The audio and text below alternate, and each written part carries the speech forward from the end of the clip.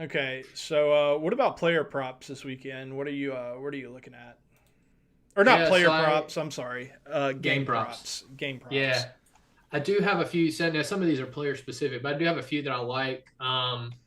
The lines I'm looking at are they're just wild card weekend lines, and Hmm. so these are going to be calculator based, or it's like, hey, the calculator has this as a top two or three outcome in out of the batch, and the odds are just so much better. So like, I have some things that I've posted already on Twitter that I like a lot. The Cowboys Bucks to be the highest scoring game of the weekend at 4 to 1. I like that. I have that as a 1 unit play. The calculator says the Dolphins game could be there, or the Giants game, or the Cowboys game here. Those are the three highest scoring, but there's like a 1 point differential. Hmm. But I think, excuse me, I think that the like we talked about, Skylar Thompson's playing. We don't know what we don't know. The Dolphins game will probably underwhelm. So then it's really just a heads up between the other two, and you get an extra unit on your money. So it's 3 to 1 for the Giants game to be highest scoring, or 4 to 1 on the Cowboys. I This don't think the Chargers game gets there, but it's the calculator has it as like 5 points lower. But like in my okay. heart, I think that that could be a high scoring game too. So do I. Um, So do I. but I have it as like a 42 point game instead of 46. I just like the Um, price on this game at plus yeah, four to 400. one is great, Yeah. great money. Yeah, You'll I see that agree. on a lot of these props. It's like they're really close, and if I can get better money on it, that Hmm. means I'm going to take it. Yeah, I agree. So I agree with that. now, and this is going to be crazy. I have a highest scoring team, and it's not from this game. So I think this will be the highest scoring game, but not be one. Neither of these teams is who I'm backing to be the highest scoring team for the weekend. That's the Buffalo Bills Yeah, because that's what I was thinking as well. because I do think we could see a 35-7, 35-14 game over there. And then you could see this game be like 28-27. You know what I mean? Or something crazy like that. The Were you Bucks game. were you even tempted by the 49ers at plus 500? That seems like a kind of reasonable price going up against a underwhelming defense, Shanahan Yeah. offense. I don't know. I think the Seahawks are getting healthier, and I think their defense is good enough to do it, and I think that their run game is good enough to slow it down. But I Yeah, also think that I also think the 49ers could get game scripted out of it. Like if they get up by 20, 21, 24, or something like that, and they just start running the ball, uh-huh.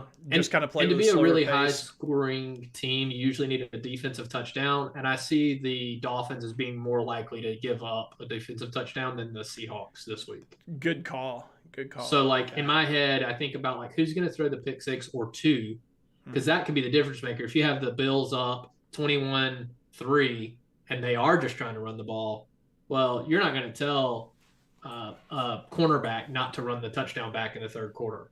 Not to run the interception back in the third quarter. That's only in the last drive of the game that you ever see them go down. So I see that, and even in some cases, the Mississippi State bowl game, you see them still score the touchdown. Yeah. So I think that that's where you get the highest scoring team, and the Bills probably have the best shot at that. Okay. Which So also means I'm back in the Bills on fantasy, like daily fantasy things, for being the defensive choice. right. Okay. So we have Cowboys, Buccaneers for highest scoring game. Buffalo for the highest scoring team. What Both of else? those 1 unit to win 4 units. So then I have now this is an even a standard -110 play, but I think the Okay. away teams cover the spread at plus 27.5 collectively. I'm So in. that's I'm in full agreement on this. yeah, that's I have it as the away teams will lose by 21, so it gives us 6 points of cushion. It's like the Hmm. calculator, all of them added up, right? That's where I landed, and I just think we have a shot that we see. Like I said, the Giants win a game on the road. We might see the Cowboys win a game on the road, and that's gonna make it so hard for the other teams to get blasted as hard, because you also have the Chargers in there. Like That's the exactly what I was Jags, about to say. I don't think they're gonna run away with it. So you got close Yeah. games, Yeah. and it's such so small sample size. Yeah. And Um, 27 seems kind of big for a bet like this. It really does. Now you do have the Buffalo game, which we've talked about, which could really run it up there. But mhm. and there are a couple others, but I think for the Yeah, most they could part, they could win by 21 easily. Just those two. Just that for game. for sure, for sure. And also the 49ers versus the Seahawks could get ugly. Mhm. potentially. But I think generally the away teams are going to do enough with, like you said, maybe the Cowboys, even though I'm a Bucks fan in that game. I like the Chargers versus the Jaguars. I like even though I picked the Jaguars, I think that at the very least it's going to be a close game. And then I do like the Giants to beat the Vikings straight up. And honestly, I think the potential for the Giants to like beat them, really beat them. Yeah, I think it's up there. So I like this bet a lot. So another play that we've already posted is that the Ravens-Bengals game will go under, right? And it is also one of the lowest totals that is set for the week. And so then when I came to these lines, I saw that there's a lowest scoring game option at even better odds. And so if I already like it to go under, it's already set lower than everybody else. But now I can do it and place one unit to get 2.2 to 1 on my money. I'm going to take the Ravens-Bengals to be the lowest scoring game of the week. Honestly, I could see an argument that you just replace the under bet with this bet. Like, well, you could. Yeah. But you could run it. You could end up in a situation where the 49ers win 13-0. Like I mentioned, weird things can happen. Yeah, it could. But 2 to 1 or even better than it's great money on. Great money on that bet because Ravens games, I mean, at this point, I think we've had enough of a sample to where it's just like it's a clear trend that Ravens games are going to go pretty low, especially when Lamar doesn't play. And I think that so there's a narrow gap in all the other props, like they're all kind of weighted similarly, but in this situation, the next best line is 4 to 1. Yeah, and this just makes me fall even more in love with the fact that the Ravens game will just go under. Period. So like I like the flexibility of I don't have to be exactly right.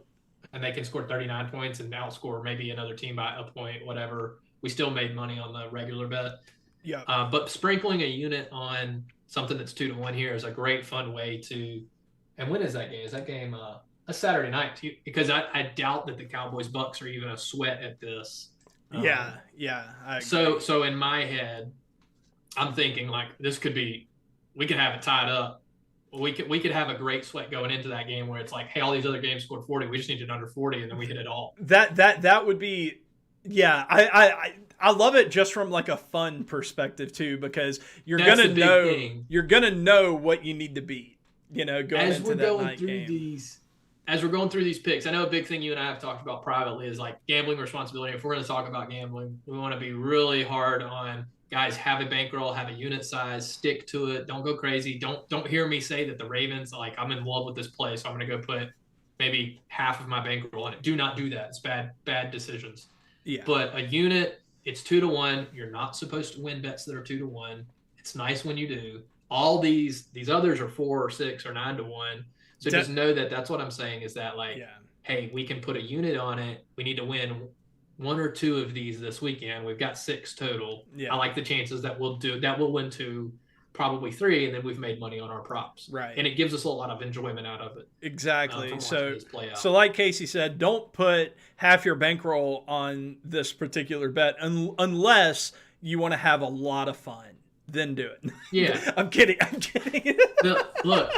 Or if you don't have, I mean, some people don't really set up a bankroll and they just kind of like for fun are betting. Yeah. And I mean, that's okay. Just be honest with who you are as a person. Right. If you're trying to make money long term at this, you need to be wise about the increments that you're betting. Right. Exactly. If you're gambling, I love the Ravens Bengals to be under. In fact, what I really love even more so is the Ravens to be the lowest scoring team of the week at 4 to 1. I mean, so if you're going to do it, like just go real specific and say the Ravens are going to be the lowest scoring team of the week. That's 4 to 1? 4 to 1. Well, okay, yeah, I guess you do have the Dolphins in there. That throws a wrinkle into it. But I'll be honest, when I really looked at it, I didn't take into full account Skylar Thompson. And of course I don't. Again, I'm a big fan of I don't know what I don't know. So yeah, and the Bills, I think that game collectively is going to go over the Ravens game because the Bills I think are just going to score so much. Yeah, I think so too. I have more confidence in their ability to score like in bunches than I do Cincinnati. So yeah, I like that play a lot. Against these defenses. Mm-hmm. So in general, I think they're both pretty equal, but against the defenses that they get this weekend, Do you have a unit on Baltimore as the lowest scoring team? I do. I have 1 unit. So all these are 1 unit. every one of these that we're talking through, I've posted as a 1-unit play. And then it gets fun from here. So now, even though I think the Cowboys will win, and I think Brady is washed, and I think Daniel Jones is the best quarterback in the NFC playoffs. And you could go look at our other videos where I talk about that. Cade's in great disagreement. But I think Daniel Jones this is the year of Daniel Jones. He's the best quarterback in the NFC playoffs right now. Where they're playing today. It's wild that that's even an argument. Like it's not. No. It's an argument because it's obvious that he is. No, but what I'm saying is like I understand you're kind of joking, but the fact that the NFC quarterback play, like the quarterbacks in the NFC playoffs right now, are that bad that Daniel Jones, like someone could even entertain that in their head and it not be ridiculous. You can entertain Brock Purdy. I mean, you like honestly. It's a weird thing, man. Yeah. It's so crazy. But anyways, back to the bet. Okay. So when it comes to quarterbacks, I have Tom Brady. This is really the one I like, and I have the second best one just because of the money odds. But I have Tom Brady 6-1 passing yards leader on the weekend. That's moved. It's 5-1 now. It's 5-1 now. Okay. Sorry, you should have been following us on Twitter. Go follow us on Twitter. We tend to put these things out sooner. Edgefinder07. Edgefinder07. You got our handles right down here. Yeah. But then you also have us subscribe to this YouTube channel and then our TikTok, all that stuff. That way you'll have this feed. But yes, so it is at 5-1 now, isn't it? Mm-hmm. I'm trying to find that. But it's just under the total point scored go. for all 6 playoff games. Yeah. Wow. So the numbers have actually gotten even crazier. Okay, so when I originally looked at this, Cousins was there, Burrow was there, Josh Allen was also 6-1, and I still went with Brady. And I know a lot of people probably think I'm crazy, but I just think it's going to be a situation where they, Josh Allen might not play the fourth quarter, like is a reality that we could be seeing. Then the other one I like, because I usually don't do this, it's like I want to take one thing here and just ride it. And I love that Brady's playing in the last game too, because it's great, because then that's just a number we have to cross that we can just be watching for. We don't have to be like, taking Brock Purdy and then sweat out all weekend hoping nobody goes over. Right. Wait, you're taking it? You're taking Brock? No. I'm saying it wouldn't be like that. No. I'm taking Geno Smith. Oh. It's a game scripts play. It's 9-1. Okay. I like the way that he is able to spread the ball around to his tight ends. His receivers are good. Like you said, we're getting Eskridge back, which isn't like a total game changer, but like it's a healthy team. Kenneth Walker is going to be back, who can do a little bit of work in the short passing game. I think that Geno Smith has just 9-1. I have him and Allen as equals. I have them both throwing for 248 yards. And I just think if you can get twice as much money on one of those guys, and both of those are tied for second with Kirk Cousins behind Brady on the calculator, I just really like the odds on Geno at that point. I don't disagree with that. I like that bet, but Dak Prescott at 12-1. That is wild to me. Like, nobody thinks that he could have that early, 2021 or 2020, where he throws for like 450 yards. Like, nobody thinks that's going to happen. What's also crazy about it is if it's Dak, it's going to come on the back of an 85-yard Tony Pollard touchdown, like a short pass. That's what it's going to be. Yeah, because CD doesn't really take the top off the same way that, No, and like you mentioned in another video, is that like Tony Pollard, when he gets the ball in his hands, can be magical. We were talking earlier about in the other video about the receivers in this game, and I just, for some reason, Michael Gallup just kind of slipped my mind. And I was talking like the Buccaneers receivers were just like head and shoulders better than Michael Gallup, and they are. But they are. But he's at least in the conversation. Like he's a good receiver. Like he's. Well, I think when you look at only the top two and then the third, but I think when you really look at like the collective, like Noah Brown gets involved. I really like, because I don't think the Bucs have a number 3 receiver like that. I think Noah Brown is good enough the way that they use him to be meaningful. But point being, Dak could be a sweat here as an underdog if you want to do something like that. but I think it relies too heavily on his running backs to make it happen. And I think Brady has just as much of that likelihood with White and Fournette because they get a lot of targets. So he's going to get incremental movement. And that's where his yards come from, is that he picks up a lot of 3, 4, 5 yarders. Yeah. He's got good enough tight ends. And then he's got Godwin and Evans who can. Yeah. They do it better than Lamb in that respect of going deep to me. Yeah. I like also. And that's why I like Geno too, because he has Lockett and Metcalf who can do that big play stuff. Honestly, man, a lot of these seem really good. Like Trevor Lawrence at 10-1 seems pretty good to me as well. The way they've been playing lately. Yeah, I just don't know if he has the playmakers to get it done. Like I like Christian Kirk, I like Marvin Jones and Zay Jones, but I don't know. He doesn't seem like a guy that right now can give you like, a 400-yard game, which I think that's probably what it's going to take, don't you? 400? I have Brady throwing for 333 and the next closest throwing for 264 or 248. Yeah, but you got to think those are like the median outcomes, right? To win a bet like this, you're going to have an outlier performance probably. I don't know. In this week, I think we might land in the low 300s. I'll say there's a chance that you get the highest passing yardage being under 350. Okay.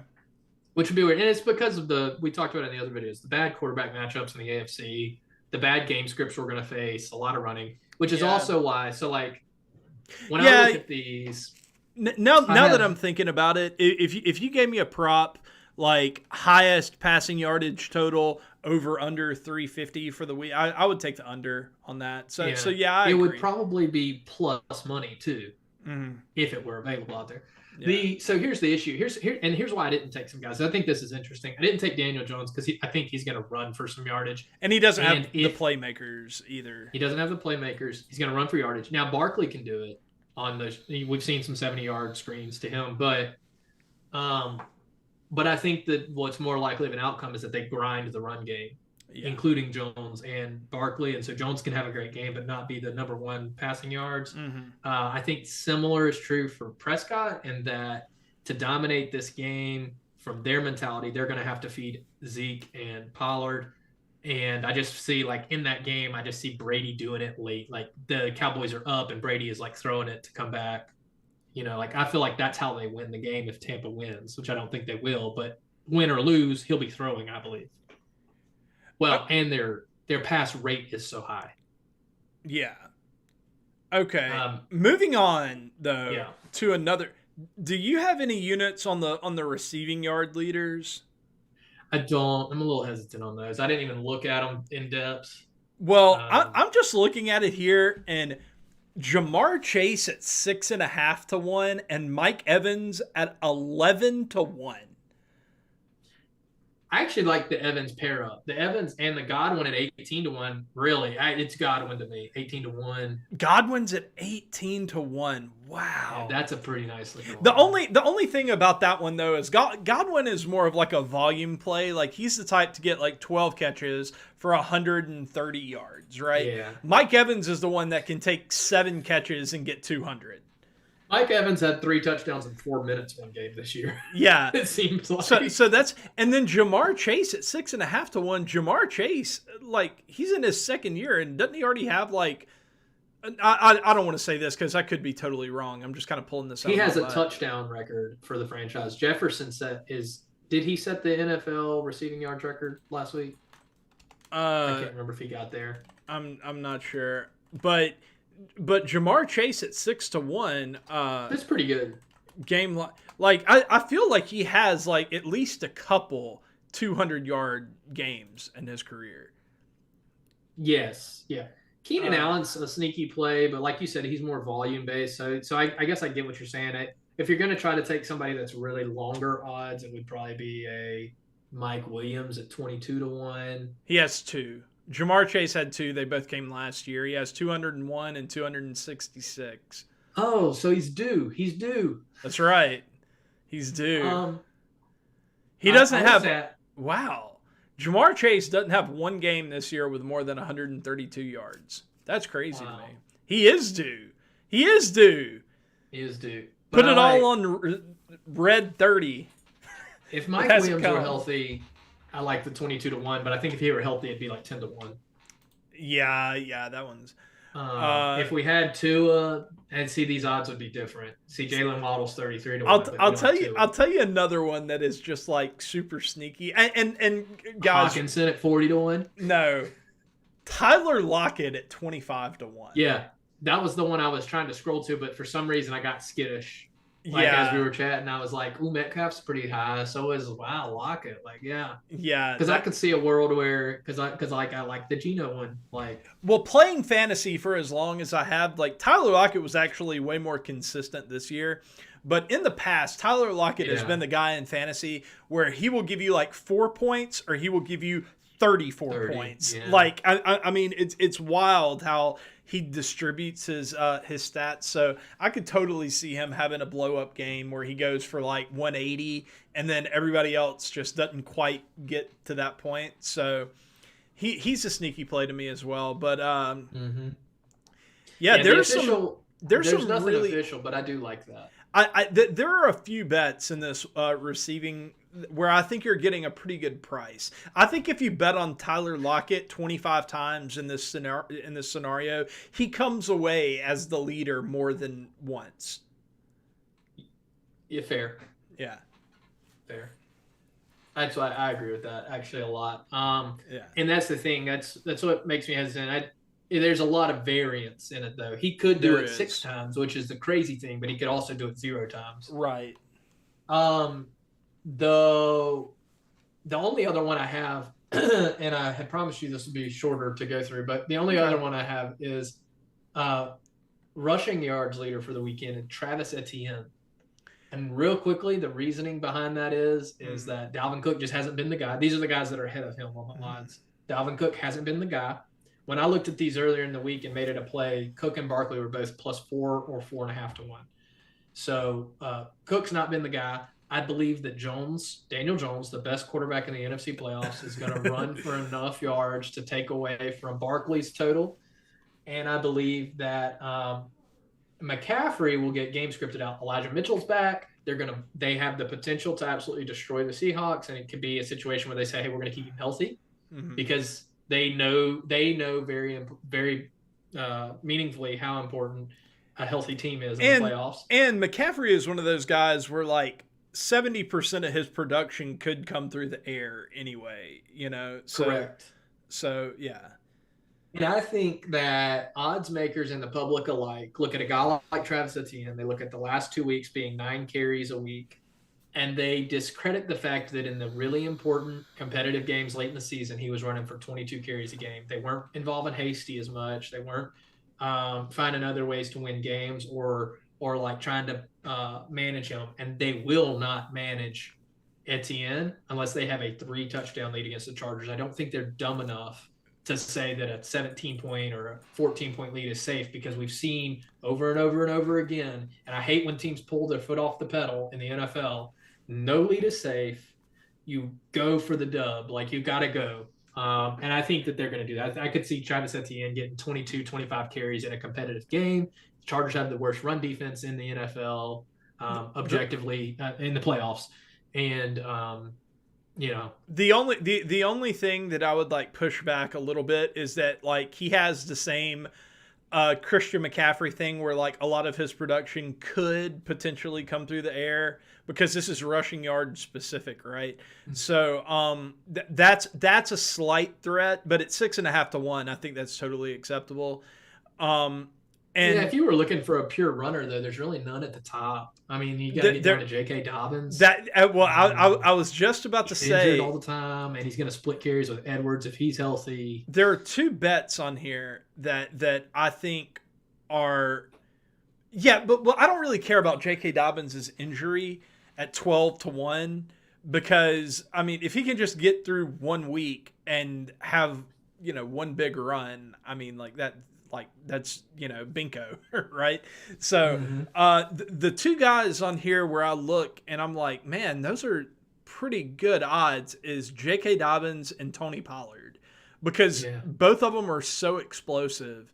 And with Dobbins, he's also going to get the volume more than likely in the playoffs, I think, especially with Lamar out. I don't know. I like both of those at 12-1 and at 16-1. I think Tony could have one of those games where he gets like 8 carries but breaks off a 40-yarder and a 55-yarder and kind of takes it. Yeah. So I don't know. I like a lot of these. I think you could get some really good value. I'm not necessarily gonna like say you should take J.K. Dobbins at 12-1. I'm just saying like I would consider it. But I do like Travis Etienne at 6.5-1. I think that's a really good bet.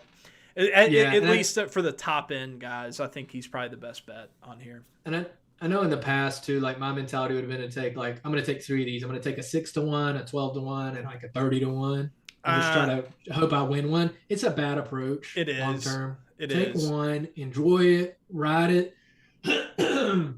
We get to watch Travis Etienne potentially run for 150 yards Saturday night, and then we're like, we're there. Like, you probably don't need much more than that, and you really might not even need 150. You don't have a Derrick Henry, you don't have Nick Chubb, you don't have, those are like the best pure runners. And then you have a lot of teams where it's like a running back and a quarterback that run, and I'm just thinking that it's just too hard when you give up 90 rushing yards to a quarterback. I will say, if there is one guy on here that if his opponent was anyone else, I would probably take him in a heartbeat, and it's Kenneth Walker. If he was playing anybody else other than the 49ers, because I just don't think... He wouldn't be 8-1. Yeah, that's true. But he's just going to get game scripted out. The 49ers defense is going to be too good. It's just not a good bet at 8-1. I would avoid that one like the plague. If they had the Vikings or the Giants, I would like Kenneth Walker a lot. Yeah. I would also avoid the quarterback plays on this, like Josh Allen, 16-1, Daniel Jones. And those odds should be way higher. If I saw like 30-1 on Daniel Jones, like maybe it's a discussion. Yeah, that's just no good. At 16, like Daniel Jones has the same odds of doing this as Tony Pollard. Are you kidding me? Like, because it's not just that he has to outrush his own teammate; it's that he has to outrush all the other guys, and I just don't see it. Like, I think Etienne has the best. They think opportunity. They think that Daniel Jones is only marginally less likely to lead the league in rushing this week than Joe Mixon. Joe Mixon sucks. It's just proof right there. He's not that great, dude. What a wild whoever made that. Oh my god! And he's better than Ezekiel Elliott. Yeah. He's more likely to do it than Zeke. I think I'm more likely to lead the league in rushing this week than Zeke. Well, look, we appreciate you listening to us, guys. Oh man! Hey, here's an interesting one. This one's more playoff long term. There are just a couple I want to run through. Look kind of interesting. Will a wild card team make the Super Bowl? No. Yeah, the Giants are the only chance. Yeah, the Giants are the only opportunity. What's not happening in the AFC? You don't think the Cowboys could? Oh, I'm sorry. You're absolutely right. For some reason, when I looked at that originally, because I was going to take under 2.5 wildcard teams win, and then I was like, wait, the Cowboys. Why am I thinking that they're not a wildcard team? It's because they had a better record than the Bucs, and my brain broke on me for a little while. Yeah. I think the Cowboys could. The Cowboys. Could they make the play? Yeah, the Cowboys could make the Super Bowl. Yeah. A lot of NFC East. There are 3 NFC East teams in the playoffs. So I think that familiarity could breed like some funkiness in some of the matchups. Eagles fans will hate you for saying this or hate me for saying this. Like I love the Eagles team this year. Like I've been high on them all season long, but like for some reason it's a late season injury to a guy like Jalen Hurts makes me real nervous. And I know he's healthy, and I know he's coming back, and I know we're going to be just fine. But like, it makes me a little skittish that he's lost this rhythm. I don't think that team is as bulletproof as everyone else does. I think they had an amazing run when they were running. Yeah. I think that a lot of people feel about them like a lot of people felt about the Bills last year before the Bills lost to the Jaguars. You remember there was this feeling around Buffalo that Buffalo was just like invincible. and they They couldn't were be going to beat. do it. And then they got Yeah. beat by Jacksonville, like the worst team in the league. They got beat by them, and that illusion came crashing down very quickly. I think that the Eagles are kind of in a similar spot right now. I think that team is way more gettable than a lot of people want to give them credit for. A key game that I think there's two games to look at, and they have to be games that Hurts started. So I look at the Week 14 against the Giants where they absolutely dog walk them, and I thought it was going to be a more competitive game. I think if they play like that, yeah, they're untouchable. If they play, and I'm looking at Hurts games, if they play like they played against Green Bay in Week 12, they will lose to the 49ers. They will lose to the Cowboys. If they play in that manner, they might lose to the Giants. But like if they wake up and they play that game the way they played Week 14, yeah. And my issue is, again, I think you lose a little rhythm. It's a long season. It's just something about it just feels fishy. Even though I know that their losses were Minshew, like whatever, Eagles fans, I don't care. It's a gut thing. Yeah. Okay. Here are a few I also other don't ones. think the bye week's great. Here are a few other ones that I like. I'm not. Disclaimer. I'm not saying to go and bet these, but I really do kind of like these bets. Just kind of glancing at them. Will any game go to overtime wild card weekend? No is at -300. I kind of love that bet. I think that it is very unlikely that any of these games go to overtime. And the reason I say that is because I think that this wild card weekend has an inordinate amount of like potential blowout games. Like usually that's exactly right. Yeah, I don't think that it's typical for there to be this many like potential blowout games on wild card weekend. So I think you're getting pretty good value for your money there. Will any non-quarterback? Okay, you had something to say on that? Yeah, I was going to say the only two potentials, and they're not as close. I've called a few overtime games with the calculator this year, and none of these meet the metrics for that. But the closest games will be the Giants and the Jags games. So I've got it as a 0.9 point differential for the Chargers in that game, even though I like the Jags to actually win. It's like the calculator gets us so far. And then I have it as a 1.4 win for the Giants in the final calculation. Again, the original calculation I said is a 6-point win. So like I'm really big on the Giants, and it's only Vegas's intuition that dragged me down to 1 point. I would also say that the Bucks and Cowboys you could throw in there as a potential game that could end that way. But other than those three, I think that you're pretty safe. So yeah, I'm all over that no at -300. Yeah, you have three non-sweats. Yeah, and that's very unusual. Yeah. So will any non-quarterback throw a touchdown pass wild card weekend? Yes is at +400.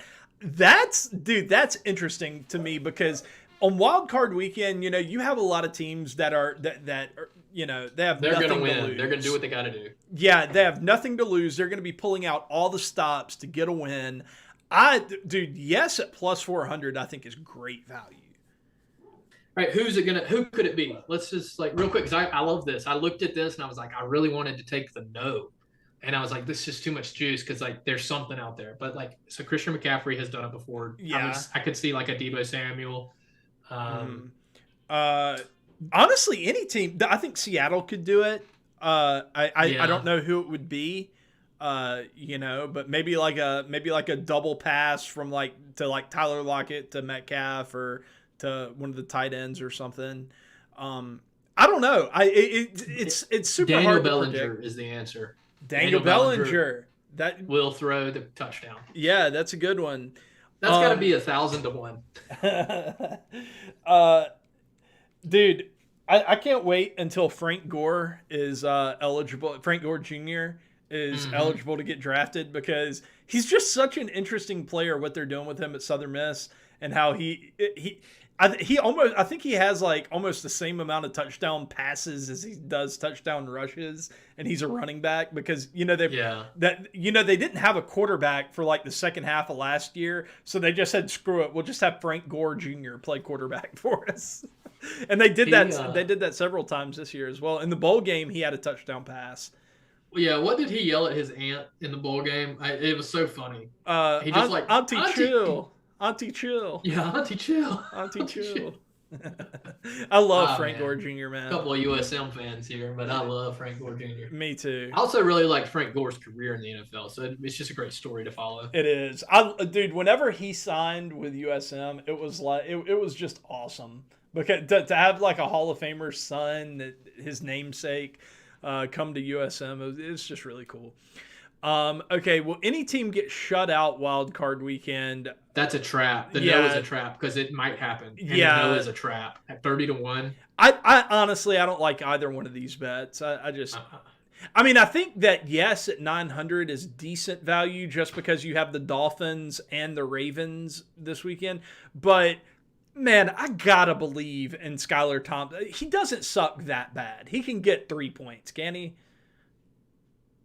Yeah, but the challenge is like, I don't know, you're going to hate me for saying this. It's like, let's look at the kickers. And I think that that's where the shutout comes in even more is like, do we have to get to the 40? Because that's hard Yeah, against that Bills team. that's true. Do we have to get to the 30 for the kicker, which is probably reality in their case?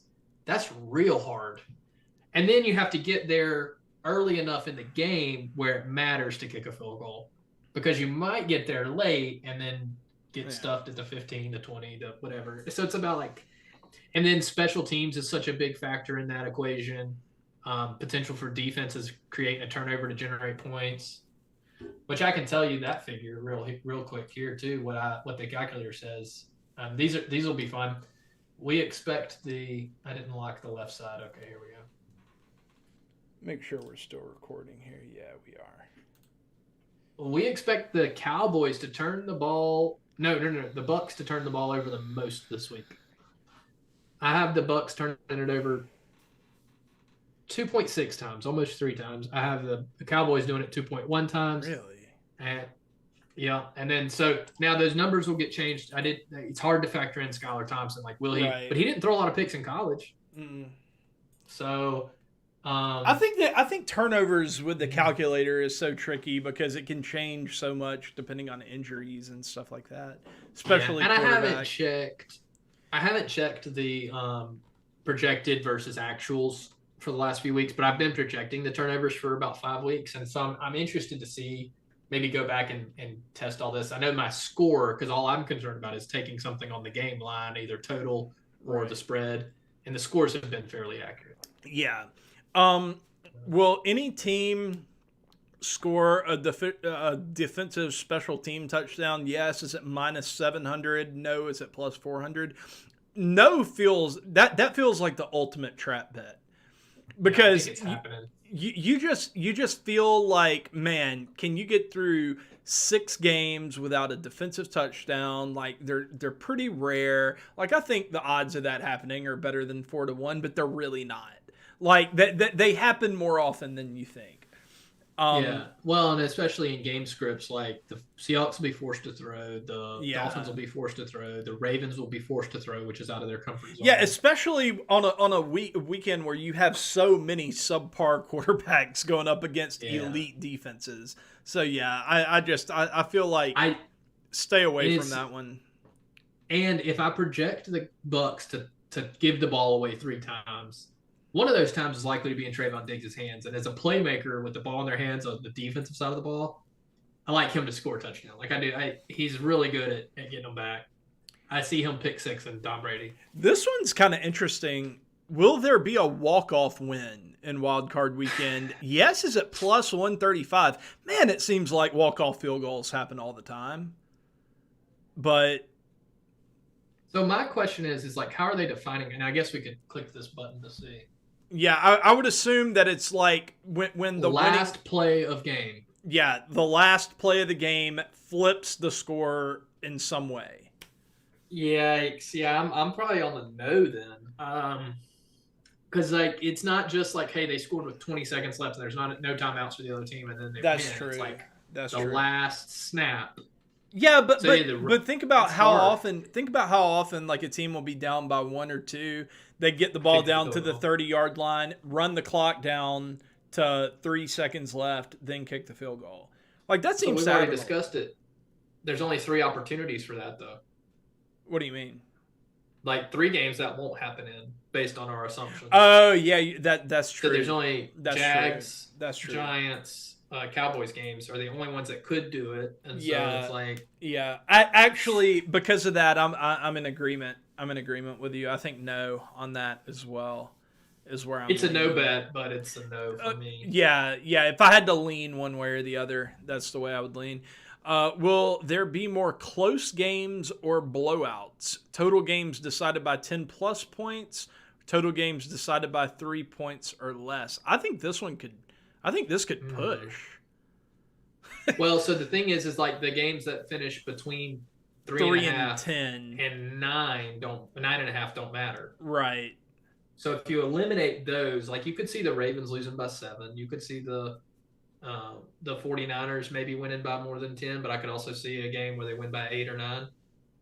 Total. But I could see Jags, Giants, and Cowboys, like we've said, being a field goal, being a 2-point game. Yeah, but still, For 2 to 1 on your money, I'll take the 3 points or less. I think I disagree. I don't think that I think even though those games collectively have a good opportunity to go 3 points, I think the idea that all 3 of them would, the odds of that are pretty low. Well, hang on. No, it's not that you need all 3. I understand that. You just need more than blowout games of 10 plus points. But I think that at least 2 games are going to be blowouts, 10 plus point wins, at least 2, in my opinion. I've got the Bills as the only one for the calculator. For the calculator. calculator. That's with Tua playing. Yeah. Everything else is so I have 2 that are just right on the money. I got the 49ers by 9.5 and the Bengals by 9.5. But if we liked the Bengals to cover, that eliminates what? So no. I don't like the Bengals to cover. I like the Ravens. The Ravens, to cover. yeah. Yeah. So that closes it. Yeah, that does. That does. Yeah, I guess. But you do end up in a tricky situation where you think these other 3 are shoe-ins to not be 10-point blowouts. That could be. Like, the Chargers' run defense is bad, and if the Jags get up, they can do it. That's true. Giants could do it because the Vikings could fall apart. The Cowboys or the Bucks could do it to the other one. Like, it can happen. So it's probably it's a no bet. There's better things. I agree. The Ravens game being the lowest scoring is a better 2 to 1 on your money than this one to me. Yeah, and see, if this was just like an even money bet either way, I would probably take total games decided by 10 plus points. But the fact that it's minus 325, you're just not getting enough juice there to take that. It's likely a push. You're probably gonna end up with 1 of each. Yeah, so and a lot of like 3.5 to 6 point games. Yeah. So that's a no bet for me. I'm more inclined to blowouts than 3 points or less, but I don't think I would bet either way. All right, you have to be 5 times as confident. Yeah. Yeah. That is all the game props. Yeah. I like it, man. I like what you got. Now, if we didn't say like Casey is like putting a unit on this, then we're not putting a unit on it. The unit plays are posted to Twitter. Yes. So don't hang me on the fact that Daniel Jones is the best quarterback in the NFC. Actually, you can. It's fact. So it doesn't matter if you do. So go to the Twitter on the right hand side. Edge Finder. Edge Finder. If you want to find these, and eventually we're gonna have a paid club. A Dub Club account, a paid model where you can go and get some like hyper exclusive picks if you want that. So now everything's for free. Yes, but we will gonna change. These videos will be insights. Yes, it's going to be more of like an overview type thing in the future. So anyways, yeah. All right. I think we're good, Casey. I think we're good to go. All right, man.